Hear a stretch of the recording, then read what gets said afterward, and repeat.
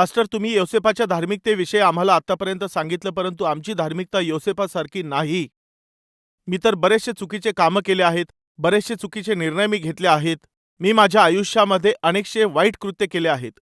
योसेफाप्रमाणे धार्मिक जीवन जगलो तर चांगले दिवस येतील. जर असं तुम्ही म्हणता तर मग योसेफाप्रमाणे जगण्यासाठी कोणती जागाच नाही. मी तर योसेफासारखा अजिबातच नाही. कदाचित याप्रमाणे तुमचं उत्तर असेल तर ऐका, कदाचित योसेफासारखं तुमचं जीवन नसेल. परमेश्वर तुमच्याकडून काय अपेक्षा करतो की कमीत कमी जर तुम्ही रौबेन सारखे असाल, शिमोनाप्रमाणे असाल किंवा लेवी सारखे असाल, याकोबाचे जे 10 पुत्र होते त्या 10 मुलांपैकी असाल, याचा अर्थ असा आहे की जर तुम्ही पापी कृत्य करत असले तरी देखील व असं असताना देखील देव तुम्हाला एक चांगलं मन देऊ इच्छित आहे. देवाला दुःखित करणारे व्यक्ती जर तुम्ही आहात तर व देवाच्या इच्छेच्या विरोधात जगणारे व्यक्ती तुम्ही आहात तर तुम्ही तुमच्या पापी कृत्यांच्या द्वारे देवाला दुःखी केलेलं आहे, देवाला तुम्ही घायल केलेलं आहे, तरी देखील तुम्हाला अभिवचन देणारा परमेश्वर आहे. परमेश्वर तुमच्याकडून काय अपेक्षितो? ॲटलिस्ट आता तरी तुम्ही बदल दाखवावा. भूतकाळ घडून गेलेला आहे, भूतकाळात तुम्ही तुमच्या इच्छेप्रमाणे जगला, आता जर चांगले जगले तर मी तुम्हाला आशीर्वाद देईल. योसेफाची हीच इच्छा होती की माझ्या भावांमध्ये जर बदल दिसला तर त्यांना अन्न देणं फार मोठी गोष्ट नाही. अन्न देणं काय मोठी गोष्ट आहे? या देशामधील मिसर देशामध्ये उत्तम अशा स्थानामध्ये, उत्तम अशा भूमीमध्ये आणि उत्तम अशा स्थितीमध्ये या लोकांना मी उभं करील. असू शकतं असे त्याचे विचार असतील. माझ्या भावांमध्ये बदल यावा एवढं पुरेसं आहे. जर ते आज प्रामाणिकपणे जीवन जगत असतील तर ते पुरेसं आहे. पहा, भूतकाळ तर भूतकाळच असतो. ब्रदर्स आणि सिस्टर्स, माझ्या भाऊ आणि बहिणींनो, लक्ष देऊन ऐका. नीतिमान कोणीही नव्हतं. एवढंच काय, सतीश कुमार देखील आपल्या भूतकाळात धार्मिक नव्हते. मी, तुम्ही, आम्ही आमच्या भूतकाळामध्ये परमेश्वराला कित्येक वेळेला दुःखी केलेलं आहे. यामध्ये जर आपण रँक लावली की कोणी परमेश्वराला सर्वात जास्त दुःखी केलेलं आहे, जर अशी रँक आपण लावली तर खऱ्या मनापासून मी तुम्हाला सांगू इच्छितो, दुःखित करण्यात सतीश कुमार फर्स्ट प्लेसवर असतील. सतीश कुमार देवाला दुःखी करण्याच्या बाबतीमध्ये कदाचित पहिल्या नंबरवरच असतील. परमेश्वराची तुमच्याकडून काय इच्छा आहे की कमीत कमी आज तुम्ही तुमच्या जीवनामधील बदल दाखवा. भूतकाळामध्ये तुम्ही मला दुःखी केलं, भूतकाळामध्ये तुम्ही मला खेदित केलं, परंतु आज जर तुम्ही बदलले तर तेवढं पुरेसं आहे. माझ्या प्रिय भाऊ आणि बहिणींनो, ऐकत आहात का? जर आज तुमच्या हृदयामध्ये बदल आला तर, जर आज तुमच्या जीवनामध्ये चेंजेस आले तर, आजच्या दिवशी जर तुम्ही तुमच्या जीवनामध्ये बदल आणला तर देव तुम्हाला आशीर्वाद देईल. काय तुम्हाला माहित आहे, आजकालच्या या दिवसांमध्ये लोक हात पसरत आहेत. देवाची इच्छा आहे की तुमच्या जीवनामध्ये ही परिस्थिती येऊ नये. आजच्या दिवसांमध्ये तुम्ही असाही स्थितीमध्ये असाल, आज तुमच्या समोर तुम्हाला कोणता पर्याय दिसत नसेल, निराशेमधून तुम्ही जात असाल. अशा स्थितीमधून तुम्हाला बाहेर काढून तुम्हाला अनंत जीवन देण्याची आशा तो करत आहे. आणि दुसरीकडे एका धार्मिक व्यक्तीप्रमाणे तो तुम्हाला बदलू इच्छित आहे. याकरिताच योसेफाने त्याच्या भावांची परीक्षा घेतली. काय ते खरे आहेत किंवा नाही? त्यांची परीक्षा होत असताना त्यांना हे समजलं नाही की ही परीक्षा आहे. त्यांना वाटलं की आपल्याला ही शिक्षा मिळत आहे. यस, परमेश्वर आपली परीक्षा घेत असतो. आणि आपण जर पापामध्ये जगणारे व्यक्ती आहोत तर आपल्याला ती परीक्षा दंडाप्रमाणे दिसून येईल. शिमोनाला तुरुंगात टाकण्यात आलं. यस, एक असा काळ होता जेव्हा योसेफाला खड्ड्यात टाकलं. परिणाम काय झाला? हा तुरुंगात गेला. शिमोनाला तेथे जेलमध्ये टाकण्यात आलं. कारण काय माहीत आहे? कारण तो योसेफाला मारू इच्छित होता. त्याने योसेफाला मारण्याची इच्छा बाळगलेली होती. त्या दिवशी जे घडलं तुम्हाला आणि मला माहिती नाही, परंतु योसेफाला त्याविषयी माहीत होतं. शिमोन काय बोलला होता, रौबेन काय बोललेला होता, यहुदाने काय म्हटलं होतं, हे सर्व काही योसेफाला माहीत होतं. यामुळे शिमोनाला त्याने जेलमध्ये टाकलं. कारण माहीत आहे, यासाठी की त्याने आपलं जीवन सुधारावं. त्याने त्याच्या भावांना सांगितलं की तुम्ही इथून जाऊन बन्यामीनाला घेऊन या. शिमोनाला त्याने ठेवून घेतलं व बन्यामीनाला घेऊन या असं सांगितलं. असं का केलं? कारण योसेफाला संशय होता, जसं यांनी मला विकलं आहे तसं बन्यामीनाला विकलं असेल. ते अजूनही तसेच असतील तर मी त्यांना आशीर्वाद देणार नाही. तेव्हा ते सर्व भाऊ मिळून आपले वडील याकोब यांच्याकडे गेले. काय तुम्हाला हे आठवतं का? जेव्हा हे सर्व भाऊ म्हणजे सर्व मिळून, येथे पहा 42 अध्यायामध्ये त्यातील वचन 21 मध्ये आपण पाहतो, त्या भावांना जेलमध्ये टाकल्यानंतर 3 दिवसानंतर त्यांना बाहेर काढलं. मी शिमोनाला माझ्याकडे ठेवतो, तुम्ही येथून जाऊन तुमच्या वडिलांना भेटा आणि तुमच्या लहान भावाला घेऊन या. तेव्हा मी शिमोनाला सोडेल असं जेव्हा त्याने आड घातली तेव्हा ते सर्व चिंतेमध्ये पडले. त्यांना ते संकटाप्रमाणे वाटलं व ते रडू लागले व ते दुःखित झाले. ते प्रायश्चित करू लागले. अरे, काय आपल्याला समजत आहे का? काय समजत आहे? हो, आपण पाप केलं होतं. आपल्या भावाच्या बाबतीत खरोखर आपण अपराधी आहोत असंच ते बोलले होते. वचन 21 मध्ये पहा. मग ते एकमेकास म्हणाले, आपण आपल्या भावाच्या बाबतीत खरोखर अपराधी असता व आपण त्याचे दुःख पाहिले असताही त्याचे ऐकले नाही म्हणून हे दुःख आपणावर आले आहे. त्याचे ऐकले नाही म्हणून हे दुःख आपणावर आले आहे. अशा प्रकारे ते एकमेकांशी बोलत होते.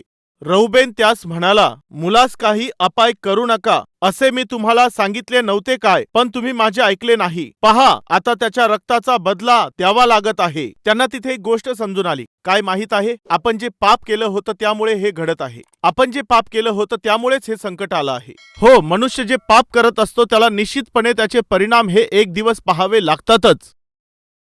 त्याने जे पाप केलेलं असतं ते पाप त्याला अवघड परिस्थितीमध्ये घेऊन जाईलच. हे एक वास्तविक आहे. यामुळे सांगतो बहिणींनो व माझ्या भावांनो, तुम्ही जे पाप करत आहात ते प्रभू समोर तुम्ही कबूल न करता ते सोडणार नाही तर ते मान्य कराल नाही तर ते श्रापामध्ये बदलेल. ते विनाश घेऊन येईल. अवघड परिस्थितीमध्ये घेऊन जाईलच.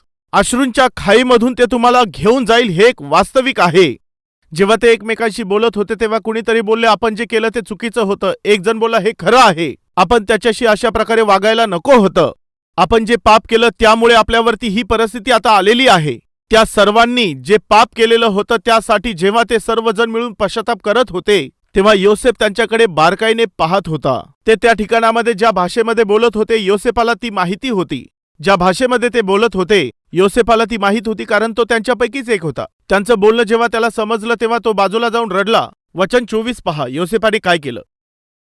तो त्यांच्यापासून एका बाजूस जाऊन रडला. तो का रडला तुम्हाला माहिती आहे? जाऊ द्या, माझ्या भावांनी आपली चूक कबूल केली आहे. देव देखील आपल्याकडून याचीच अपेक्षा करतो. जेव्हा योसेफाच्या भावांनी त्यांची चूक समजून घेतली तेव्हा मित्रांनो, माहित आहे योसेफाने काय केलं? तो रडला. का रडला? ते तर आनंदाचे अश्रू होते. आपली चूक समजल्यानंतर जेव्हा मुलं आपल्याला सॉरी म्हणतात तेव्हा आई किंवा वडिलांच्या डोळ्यातून अश्रू येतात. असं का होतं? जाऊ द्या, माझ्या मनामध्ये जे दुःख होतं, ज्या वेदना होत्या ते त्यांना समजलेलं असतं. हेच ते अश्रूंचं कारण असतं. तुम्ही तुमच्या जीवनामध्ये जेही चुकीचं कृत्य केलेलं आहे त्यासाठी तुम्ही दुःखी आहात, पश्चाताप करता, तर मग निश्चितपणे माझ्या देवाच्या डोळ्यांमध्ये आनंदाचे अश्रू असतील. मी विचारतो, तुम्ही तुमच्या जीवनात क्षमा मिळवू पाहिली आहे का? मनापासून गुडघ्यांवरती येऊन काय तुम्ही देवाला क्षमा मागितली आहे का? देवा, मी तुला खूप दुःखी केलं आहे, तू मला कृपया क्षमा कर. काय असं कधी बोलले का? ज्या दिवशी तुम्ही असं बोलाल तेव्हा बायबल असं सांगतं, ज्यांना पश्चातापाची गरज नाही अशा 99 लोकांपेक्षाही अधिक जेव्हा एक पापी व्यक्ती खऱ्या अर्थाने पश्चाताप करतो तेव्हा स्वर्गामध्ये आनंद होत असतो. मी विचारत आहे, काय तुमच्यामुळे कधी स्वर्गामध्ये आनंद झाला आहे का? प्रभू येशू ख्रिस्त तुमच्यामुळे कधी आनंदित झालेला आहे का? तुम्ही तुमच्या पापाचं प्रायश्चित केलं यामुळे व त्याचं राज्य आणि त्याची धार्मिकता शोधत असल्याने परमेश्वराला आनंद करता आला आहे का? असा विचार करून पहा. जेव्हा केव्हा तुम्ही प्रायश्चित करता तेव्हा ऐका माझ्या मित्रांनो, देवाचं मन भरून येत असतं. योसेफ म्हणत आहे, माझे भाऊ जितके त्यांच्याकडे पैसे होते ते घेऊन इथे धान्य खरेदी करण्यासाठी आलेत. माझ्या भावांकडून मी धान्याचे पैसे कसे घेऊ शकतो? असं म्हणून त्याने काय केलं? त्यांना जेवढं धान्य पाहिजे होतं, जेवढं अन्न पाहिजे होतं ते सर्व त्या गोण्यांमध्ये भरून त्याने त्यांना परत पाठवलं. जे पैसे आणले होते ते देखील त्याने त्यांना परत दिले, आशीर्वाद दिला. त्यांनी मेहनत करून आणलेले जे पैसे होते त्यापैकी काही एक न घेता, त्यातून काहीच न घेता त्यांना ते परत दिले. त्यांच्याच गोण्यांमध्ये ते पैसे ठेवून त्यांना परत देऊन टाकले. हे कधी घडलं? जेव्हा त्यांच्यात बदल झाला. हे कधी घडलं? जेव्हा त्यांनी पश्चाताप केला. जर आपण बारकाईने पाहिलं तर दुसऱ्या वचनामध्ये त्यांनी प्रायश्चित केलं. वचन 25 मध्ये पहा, इथे त्यांच्या गोण्यांमध्ये त्याने त्यांचा पैसा ठेवून त्यांना आशीर्वाद देऊन पाठवून दिलं. माझ्या भाऊ आणि बहिणींनो, ऐकत आहात का? जर माझ्या जीवनामध्ये प्रायश्चित असेल तर तुमच्या घरामध्येच परमेश्वर आशीर्वाद ठेवील. जर तुमच्या जीवनामध्ये पश्चाताप असेल तर परमेश्वर तुमच्या व्यवसायात तुम्हाला आशीर्वाद देईल. तुमच्या प्रवासामध्ये तुम्हाला आशीर्वादित करेल. तुमच्या कामांमध्ये तो तुम्हाला आशीर्वाद देईल.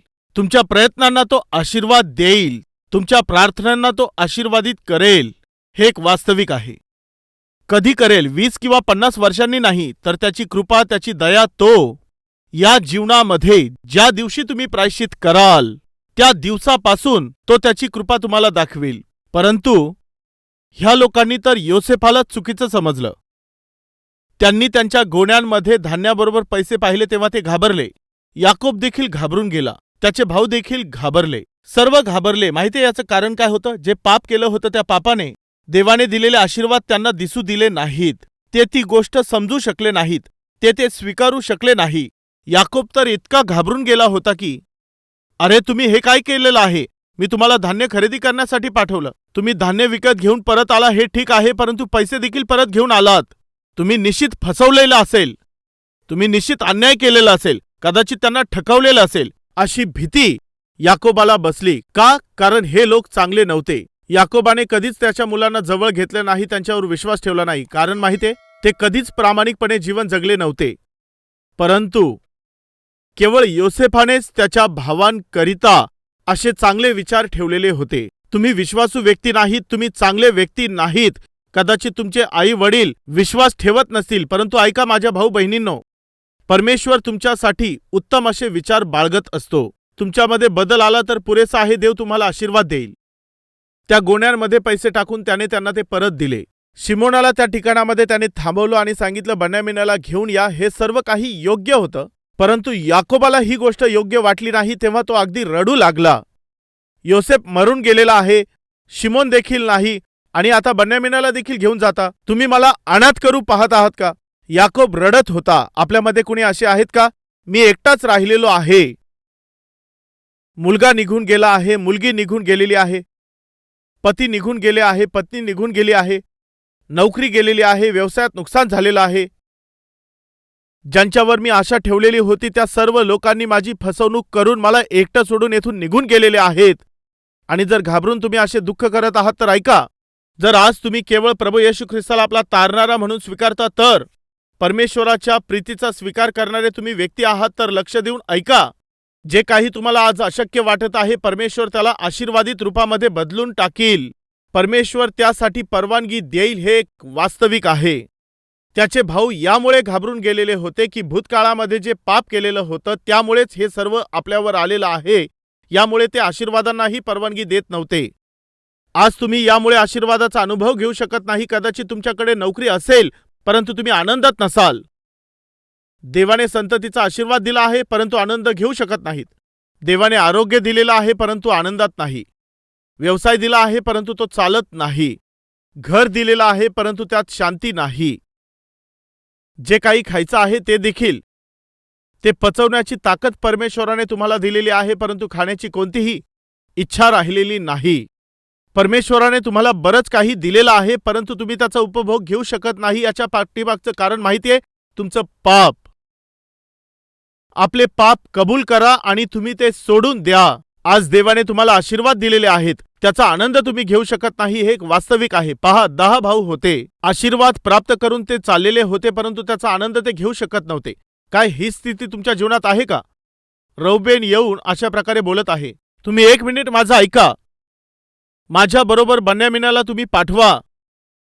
मी जाऊन त्यांच्याशी बोलून मी परत याला घेऊन येईल. जर मी याला परत घेऊन आलो नाही तर तुम्ही माझ्या दोन्ही पुत्रांना मारून टाका. तुम्हाला कसं वाटतं सांगा? जीवन एवढं स्वस्त आहे का? रौबेन किती चांगला सल्ला देत आहे पहा. बाबा, बेन्यामीनाला माझ्याबरोबर तुम्ही पाठवा. मी जाऊन शिमोनाला आणि बेन्यामीनाला परत आणलं नाही तर तुम्ही माझ्या दोनही मुलांना मारून टाकू शकता. साधारणपणे जर तुम्ही वाचलं तर ते विचार तुम्हाला कदाचित चांगले दिसून येतील. बेन्यामीनाला घेऊन जाण्याकरिता तो त्याच्या दोनही मुलांना देण्यासाठी तयार झाला. लक्ष देऊन ऐका. याकोब त्याचा मुलगा बेन्यामीन याच्यावरती किती प्रेम करत होता. त्याच्या नजरेच्या समोरून मी बेन्यामीनाला जाऊ देणार नाही, मी त्याला सोडणार नाही, अशा प्रकारे बोलत आहे. तेव्हा रौबेन काय बोलत होता माहितीये? तुम्हाला वाटत असेल तर तुम्ही माझ्या दोनही मुलांना मारून टाका. याला काही अर्थ आहे का? यात काही ज्ञान आहे का? एका व्यक्तीसाठी आपल्या दोनही मुलांना गमवायला तयार आहे. सामान्यपणे पाहिलं तर आपल्याला तो एक चांगला सल्ला दिसून येतो, परंतु तो चांगला सल्ला नव्हता, मूर्खपणाचा सल्ला होता. तुमच्या एका मुलासाठी मी माझ्या 2 मुलांचं बलिदान करायला तयार आहे. साधारणपणे सैतान देखील असंच करत असतो. ते दिसायला तर चांगलं दिसत आहे, परंतु त्याच्यात वाईट दडलेलं आहे. त्या घरात रौबेनाच्या बोलण्याला काहीच अर्थ नव्हता. काय याकोबाने ते ऐकलं का? कोणीही त्याकडे लक्ष दिलं नाही. रौबेन काय बोलत होता? बन्यामीनाला मला घेऊन जाऊ द्या, पाहिजे तर तुम्ही माझ्या दोनही मुलांना मारून टाकू शकता. माहितीये याचा अर्थ काय होता? रौबेनाच्या बोलण्याकडे कोणीही लक्ष देत नव्हतं. मोठा मुलगा होता, परंतु त्याच्या बोलण्याला काहीच महत्व नव्हतं. कारण माहितीये त्या दिवशी देखील, कोणत्या दिवशी?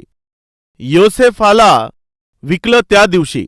त्याचे भाऊ त्याला मारू पाहत होते. तेव्हा रौबेन समोर आला. अरे अरे, असं करू नका, मी मोठा आहे, माझं ऐका. अरे तुम्ही थांबा, तुम्ही योसेफाला मारायचं असं म्हणत आहात, असं करू नका, असं वाईट कृत्य करू नका, असं त्याने म्हटलं. वचन 22 आणि वचन 23 मध्ये पहा.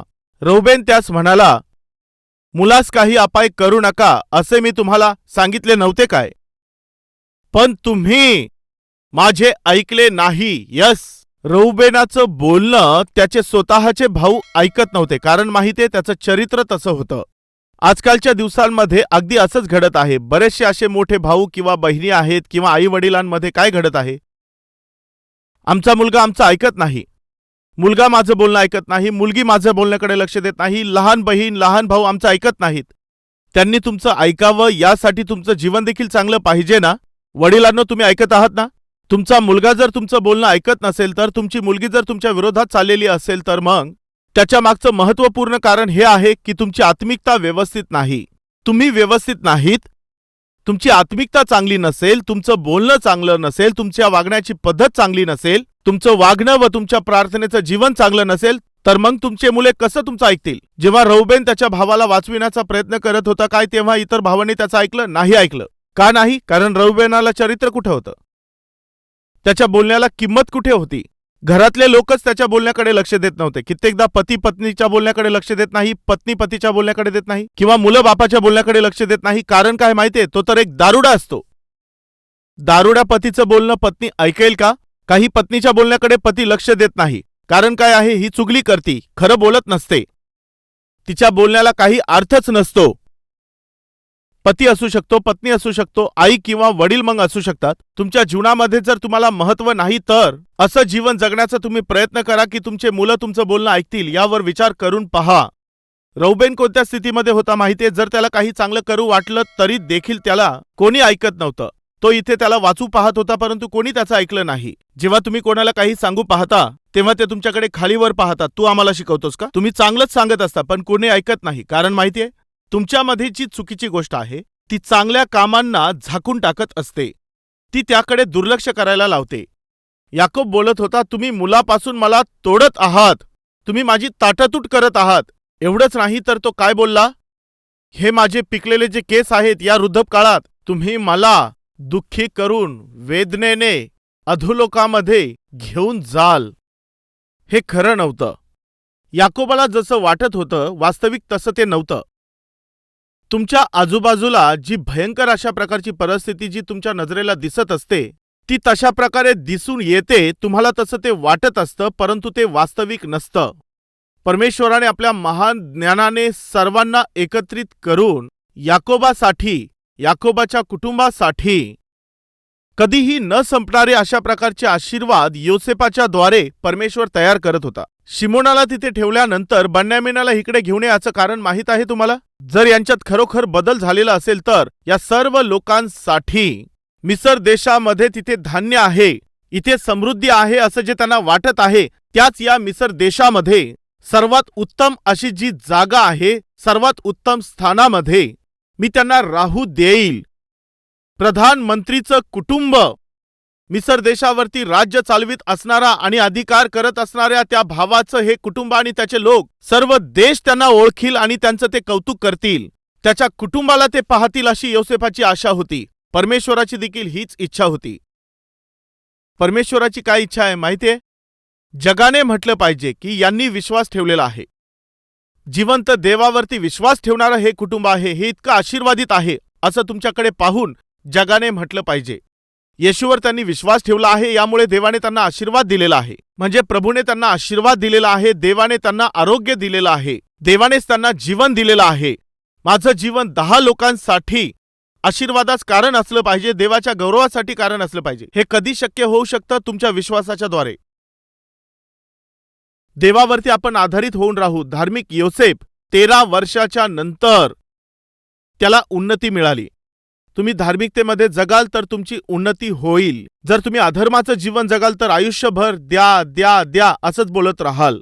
मागणारं जीवनच तुमचं राहील. जर तुम्ही असं जीवन जगत आहात तरी देखील परमेश्वराची ही इच्छा आहे की तुमच्या जीवनामध्ये बदल दिसावा. मी तुम्हाला आशीर्वाद देईल, मी तुमचं जीवन स्थिर करेल.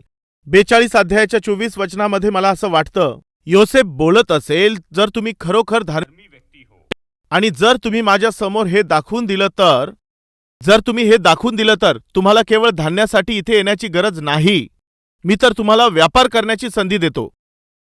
मिसर देशामध्ये व्यापार करणं म्हणजे मोठा बिझनेस असतो. तुम्ही इथे मागण्यासाठी आला आहात. तुम्ही दाखवून द्या की तुम्ही धार्मिक आहात. मी तुमचा व्यवसाय या ठिकाणामध्ये स्थापन करेल. परमेश्वर असं बोलतो, धार्मिक आहात यामुळे, तारण प्राप्त झालं आहे यामुळे. जर तुमच्यात बदल झाला असेल तर तो मला दाखवा. देव तुम्हाला आशीर्वाद देईल, तुम्हाला स्थिर करेल, व्यवसायाला स्थिर करेल, तुमच्या कुटुंबाला तो स्थिर करेल. सेवा कार्य करत आहात तर सेवेला स्थिर करेल. तुम्ही दाखवून द्या, प्रमाण दाखवा, बदल दाखवा. आज वचन ऐकत असणाऱ्या माझ्या बहिणींनो, भावांनो, परमेश्वर वाट पाहत आहे की तुमच्यात बदल केव्हा येईल. परमेश्वर वाट पाहत आहे, आशीर्वाद हातात पकडून आहे. केव्हा तुम्ही जुनं घाणेरडं जीवन सोडून देऊन परमेश्वराच्या हातामध्ये कधी तुम्ही याल. भाऊ आणि बहिणींनो, तुम्ही काय करणार आहात? जगी गोष्टींच्या मागे, पापाचा आनंद घेण्यामागे तुम्ही फिरत आहात. परमेश्वर तुम्हाला एक अद्भुत असं जीवन देण्याकरिता, तुम्हाला अद्भुत असं भविष्य देण्यासाठी, आजूबाजूला जे आहे त्यांच्यापेक्षा जास्त तुम्हाला आशीर्वाद देण्यासाठी, जेव्हा तुम्ही तुमच्या जीवनातील पापी कृत्यांना, अशुद्ध गोष्टींना तुम्ही तुमच्या जीवनामधून सोडून द्याल, तुम्हाला उज्ज्वल असं भविष्य देण्यासाठी परमेश्वर तुमचं जीवन त्याच्या हातामध्ये घेऊ इच्छित आहे. या जगामध्ये जे लोक आहेत, तुमच्या शरीरामध्ये जी अभिलाषा, जे पाप आहे, तुम्ही जे काही चुकीचं कृत्य आणि घाणेरडे कृत्य करत आहात, या क्षणापर्यंत माहितीये देवाची तुमच्यासाठी काय इच्छा आहे. तुम्ही तुमच्या जीवनामध्ये जर तुम्ही या सर्व गोष्टी सोडून दिल्या तर तुम्ही विचार केलेला नाही अशा प्रकारचे आशीर्वाद तो तुम्हाला देऊ इच्छित आहे. माझ्या भावांमध्ये बदल झाला एवढं पुरेसं आहे. माझ्या देशामध्ये मी त्यांना स्थिर करेल, मी त्यांना उन्नत स्थानामध्ये ठेवील, अशा प्रकारे योसेफ विचार करत होता. त्यांना बदल दाखवायचा होता. आम्ही बदललेलो आहोत हे त्यांनी दाखवायचं होतं. योसेफाप्रमाणे येशू ख्रिस्ताने देखील तुमच्यासाठी चांगले संकल्प ठेवलेले आहेत. ते संकल्प तुमच्या जीवनात पूर्ण व्हावे असं वाटत असेल तर तुमच्यात बदल दिसला पाहिजे. काय खरोखर तुमच्यामध्ये हे दिसून येत आहे का? तर कमीत कमी आजच्या दिवशी बहिणींनो लक्ष द्या. जर तुम्ही धार्मिकतेने जीवन जगत आहात तर माझ्या भावांनो, तुम्ही कोणत्याही गोष्टीचा विचार न करता आपल्या आजूबाजूला जरा तुम्ही पहा. देव तुमच्या भविष्याचा नाश करेल असे कोणत्या प्रकारचे विचारच येणार नाहीत. परमेश्वर तुमची परीक्षा घेत आहे. जर तुम्ही विश्वास ठेवत आहात तर देव तुमच्या जीवनात अद्भुत कार्य करेल. देव तुम्हाला आशीर्वादित करून अद्भुत रीतीने, ही जी परिस्थिती अनुकूल वाटत नाही, ही जी विपत्तीची परिस्थिती आपल्याला दिसत आहे, त्यामध्ये देवाचे आशीर्वाद आणि देवाचे अद्भुत कार्य तुम्ही पाहू शकाल. माझी इच्छा आहे की तुमच्यामध्ये अशा प्रकारचे बदल आले पाहिजे. जे काही तुम्ही सोडून द्यायला पाहिजे, काय तुम्ही ते सोडून देऊन माझ्याबरोबर तुम्ही प्रार्थनेत याल का? लेट्स प्रे.